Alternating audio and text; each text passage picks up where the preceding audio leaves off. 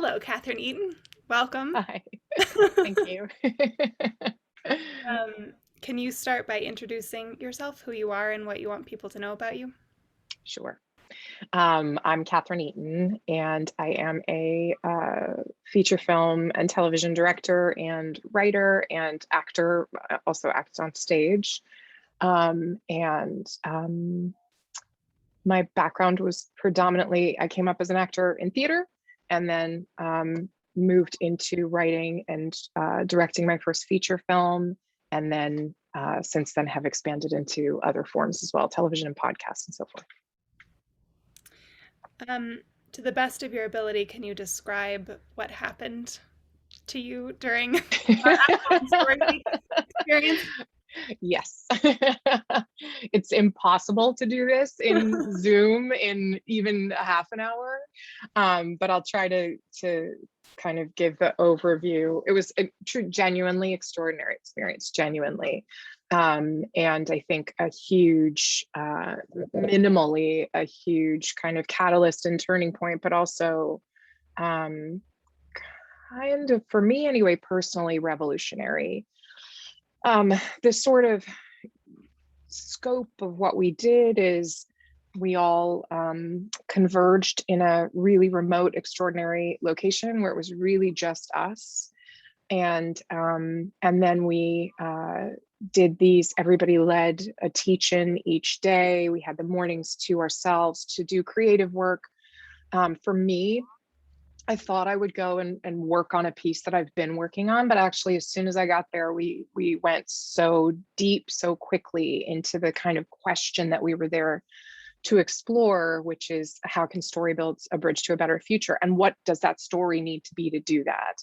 And we went so fast into that it seemed I did end up doing some work on those earlier stories, but it seemed it wasn't what I needed to be doing, right? So I really used those mornings more to reflect on what we had been doing. So every afternoon, someone led a teach-in, one of us led a teach-in for everyone else. And then we also had constant kind of open discussions, some of which were just connection and human community, and also getting to know each other as storytellers. But a lot of them were also about the actual thing we were there to explore. And everything built on itself, which was for me part of the reason why those mornings were so valuable. We also did meditation and movement in the morning, which initially, when I was invited and looking at the schedule, I thought, oh, great, that'll be fun. I didn't realize it would be such a kind of important part of the overall experience. And it was a transformative element, actually. So we'd go into that, walk away from that. And then for me, a lot of those morning hours were digesting that and also exploring, because my teaching came later in the week, it kept changing, right? I came with an idea of something that I wanted to explore. And then as each of us shared a teach-in, and I think this is true for a number of people, they all maybe didn't change 100%, but adapted and morphed. And there was a really extraordinary kind of synchronicity that happened, because each of us came in with our own areas of exploration, both in terms of just as storytellers and creators, right? The stories we like to tell, the things we're curious about, the things we've done in the past. But also, I think we all came in with a specific perspective or lens on where we might want to see story go, where we might want to see the world go, right? And the teach-ins really ended up leaning into those strengths and those kind of previous experiences and curiosities and so it was really cool because they changed, right? Each person kind of adapted their teach-in based on what had come the day before, what we had been exploring, what we were talking about. But also they were still leaning on people's strengths. So it was just really extraordinary building, and it happened so fast right out of the gate. It was very, very immediate and has definitely impacted how I think about storytelling and and also life ultimately, right? Because our whole lives are made up of stories in the end. So Can you talk please. a little bit more about that then? What has happened since you went home? What have the key takeaways and insights been for you? Yeah, one of the big ones was something that we explored while there a lot. It was something I had been curious about. We talked a lot about story form, and but not just as it applies to story, but as it applies to individuals, as it applies to human beings, and also communities, right? What are the stories we tell ourselves? Where did those stories come from? Who gave them to us? Did we create them? Did someone else impose them on us? Intentionally or unintentionally, right? Out of goodness, out of a desire to love or protect or prepare, or out of scarcity, a position of scarcity, and that's all that they knew or that community knew, or oppression, right? So all of those things kind of play into the stories that we tell ourselves individually, and also the stories we tell ourselves collectively, both about who we are and what's possible. And so we dealt a lot in Avalon around the form of that, and something I had been exploring a lot already, and that is actually quite frequently talked about, is this idea of the hero's journey, which is a particular storytelling form that is very, very common in many of our films and books and so forth. And it's a wonderful form, but it's been so prevalent. There's so much of it that we have become a bit blind to how much it's impacting us. And something that happened in Idaho was a realization for me personally, and also I think for us as a group, of how much that form is actually impacting our own stories about ourselves. This idea of a linear journey, and of needing to check off benchmarks as we progress through life, both on our own and also as a society, how it works. And therefore what's possible as well, right? If it's a linear climb and you're going up a mountain, you can't suddenly arrive at the peak. You have to, according to this story form, you have to take every step along the way. And then if you stumble, or you lose the trail, or you stop and have lunch at the wrong place on the mountain and chat away to your fellow community members, maybe you'll never make it to the peak, right? And how we attach our desires and hopes and goals and dreams and also ambition to this. And then even outside of that, just our general life form, the idea that if you're lucky, you go to school. If you're lucky, you graduate. If you're lucky, you get a job, you work, you climb up that ladder, hopefully get paid a little bit more. Maybe you pivot, you go into something in a similar field somewhere else, and you go and you go and you go, and then you get to retirement and you retire, and then you enjoy this peaceful life as you sort of sail down the other side of the mountain. And one of the things we really looked at was we started with the idea of how that was. I started with the idea of how that was impacting our storytelling, because that's what we were there to explore. But the realization of how much the stories we've been told and the story form we've gotten used to through film, through TV, through books, and through oral storytelling, even in certain cultures, has created this idea of ourselves, and that we should be hitting these benchmarks, and that there's a linear progression, and that time works that way, and that's the only way it works. And so we did a workshop that I loved, one of the teachings that I loved, which was applying different storytelling forms, right? Forms that might be, for instance, instead of this line, they might be in the shape of a spiral, they might be circles, right?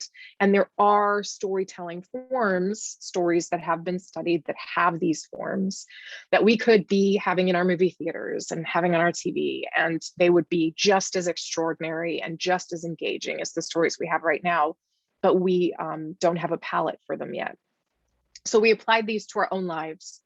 And it was a really amazing experience to realize that one of the very kind of major personal shifts for me was I came home from Idaho, and instead of thinking of myself as just progressively moving towards a goal or a finish line, I now had the idea of expansion, right? And a sense of personal expansion, that rather than, for instance, aging, or rather than becoming successful, there's a sense of that it, versus linear points on a line, there's a sense of circular points expanding outwards. And what does that mean if you think of yourself as expanding instead of aging or moving forward all the time, right? How does that shift your feeling? And it's a really simple sounding idea. And it's actually quite simple to imagine, right? Anybody who's listening to this can just close their eyes and go, okay, think of your life as a line moving forward, progressing forward, and you think forward and you move forward, your whole body goes forward. And then sit and think of your life as circles moving outward. And how does that change? How does it change if there are circles moving backward as well as in front of you? So we applied those to our own personal stories. And it became very clear that if a community was to apply that to itself, if if films were to tell stories with that shape of storytelling, how that would impact everything from the way we look at education to a sense of achievement, to what we think of as the climax, to how we look for resolution, all those kinds of things. And so that was now I'm very interested in exploring that further and what that means. So that was huge, that sense of just expanding rather than kind of going straight. And also there's a million other forms, right? That there's not just circles or expansion, there's a million forms that stories could be shaped on. And we only are really getting a tiny, tiny, tiny slice of that. So that was a big part of it. That's beautiful. I was Thank really you. caught by the spider web I remember, yeah. form. Yeah. There was the spider web, there was like the honeycomb, and we just Pathways. took those shapes and kind of mapped our lives on them, which was a really amazing experience. And the other thing too was that through that also it showed connection in a different way. One of the things that came up a lot was connection between people, how we're all connected, which again takes us a step away from that hero's journey, right? Because the hero's journey is a very individual journey. It's one human being, whatever their shape, size, form is. It's one human being who is braving the odds and making decisions and attempting to do something more or less good for the many, right? That's often the shape of the story we see. And that's a wonderful, like the traits of that are extraordinary. But if that's all we see, then we're missing things like something we talked about was we never see patience in storytelling.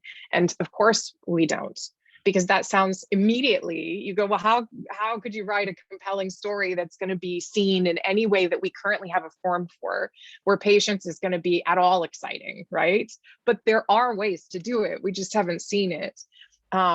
And community and what it means to move forward as a collective, how we're connected. So that was also something that I really took away, was the idea of how can that connection not just show up in the stories, but how can it be a part of the creating of the stories as well? Can it, in a way that I think still honors the artistic impulse, and which I think is so extraordinary, and individual specificity, right? Which is also incredibly beautiful. I wouldn't want those things to be erased. They have to be there in the world I would wish for, right? The individual urges and point of view and perspective is so beautiful and extraordinary and unique. But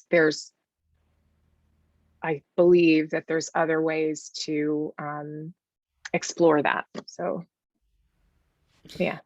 I love that. It feels to me like this exploration of the future of story is a thing where you sort of get a couple inches ahead and then you can see slightly more, and then you get a couple of inches ahead and then you can see slightly more, but we're always sort of just pushing the boundary. Where are you right now in terms of that boundary, and what direction are you looking next in your own exploration? That's a good question. I guess one of the things I'm really interested in, what I've started to do, I mean, what happened when I came back from Idaho is I kind of looked at some of the projects I had, that I currently have on the table, things that I'm making now, work that I'm writing, or things that are going to be shot. And I started to ask myself, and I'm kind of still in the process of this in ways that I don't know that I can articulate yet, beyond saying that, I started to ask myself, how do I bring those things, right? These things that we experienced in Idaho, because it was also very experiential. That's the other thing that I think was really valuable. It wasn't just about us sort of intellectually brainstorming these things. There was a very much a sense of alternative forms of knowing, right? So some of it was definitely intellect, definitely, and came from past studies and things like that. But some of it also came from the body, from what the body knows, from energetic connection, right? Which is a concrete experience. I think anybody who's sat in a movie theater, it understands the experience of energetic connection, right? One story is being told, everyone's experiencing that same story, except for maybe the, old guy in the corner who falls asleep. But everybody else is experiencing the same story. They're all having their own unique experience of that story, but they're all experiencing the same story, right? Harnessing that from, rather than an audience perspective, but a creator perspective, is what I'm really, really interested in right now. And so I've looked at the projects that I have right now and the things that I'm working on creatively, and thought about, is there a way to introduce experiments around that in these projects, right? Because I don't know what that means exactly. I don't know. I believe like I could create a project that's specific just to explore that one thing, but I'm not really interested in it being a one-off, right? I want it to be, I would like to take some of the things that were, really changed my perspective on storytelling, and also that we learned and created together, and have those grow and amplify. So I would like to find ways to take elements of these and weave them into the projects that I already have going, right? And that's kind of been the main thing that's preoccupied me at the moment. In addition to understanding that there's more that I want to explore, the teaching that I did was, as you know, of course, but the teaching that I did was around something that I called, and I'm currently calling, shared collective genius, but it's which is takes some unpacking, but basically it's around the idea of that extraordinary spark that we feel when we create something, which every single person has experienced, not just storytellers. We've all experienced it. Just naming it is hard sometimes, but that extraordinary spark, right? That's what I'm sort of calling genius in this case. Having that extraordinary spark, and being able to have it be your own, right? That it came out of you and the collection of things that makes you entirely unique. But then being able to let it play with and amplify, and also be amplified by others, other co-creators in that creative space, is the thing that I am the most interested in right now. We talked a little bit once, Naomi, about one of the reasons that I love television is, there's a bunch of reasons, right? But one of the reasons I love it is scope of story, ability to stay with characters for a long period of time, right? Exploring the individual, which of course we both act, and coming up as an actor, that's what I fell in love with first, right? Human fallibility and messiness, and how extraordinarily beautiful that is something that I deeply, deeply love. So I love that in television. I love that we get a lot of time with the characters and that sort of scope. So that's part of what made me fall in love with television. But the other thing that made me fall in love with television is this incredibly collaborative art form, because it has to be. it's huge, right? These TV shows that are being made are, there's a large number, even in the smallest shows, of imagination that are being poured into one space to create this story. And it's being done over time, right? Week after week after week, these imaginations are all coming together. And sometimes it's in a healthier ecosystem where those imaginations are all respected for what they are. And sometimes it's in a less healthy ecosystem where it's more a paycheck, and which it should be, but also that it's people should be paid a living wage, but also that it is there isn't as much room for that spark, right? The spark isn't seen as clearly or able to be breathed life into. And so I think that there are ecosystems out there in the storytelling world where that is happening, where there is this kind of shared collective genius, but there isn't we haven't fully explored what it could be, the potential of what it could be. I have never seen a production or heard about a production that has done that yet.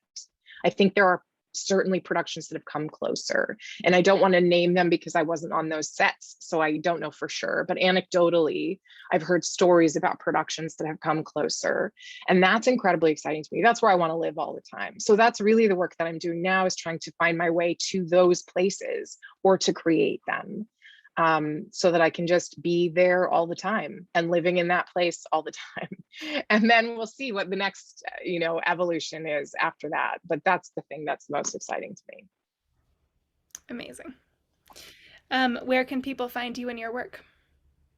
They can go to my website, which is catherineeaton.info, and I will update it so that they can find things about me on it. My feature film is called thesoundingfilm.com. Well, it's called The Sounding, but it's at thesoundingfilm.com. So you can find my feature there. There's a bunch of platforms and places you can watch it, wherever you subscribe. Yeah, and I suppose Instagram and places like that. You can find me at Catherine V. My middle name is Veronica Eaton. You can find me there as well. But I'm always interested. I would love to hear from people, especially if they're interested in this as well, right? This is an ongoing exploration. So the more the merrier. Thank you so much. Thank you.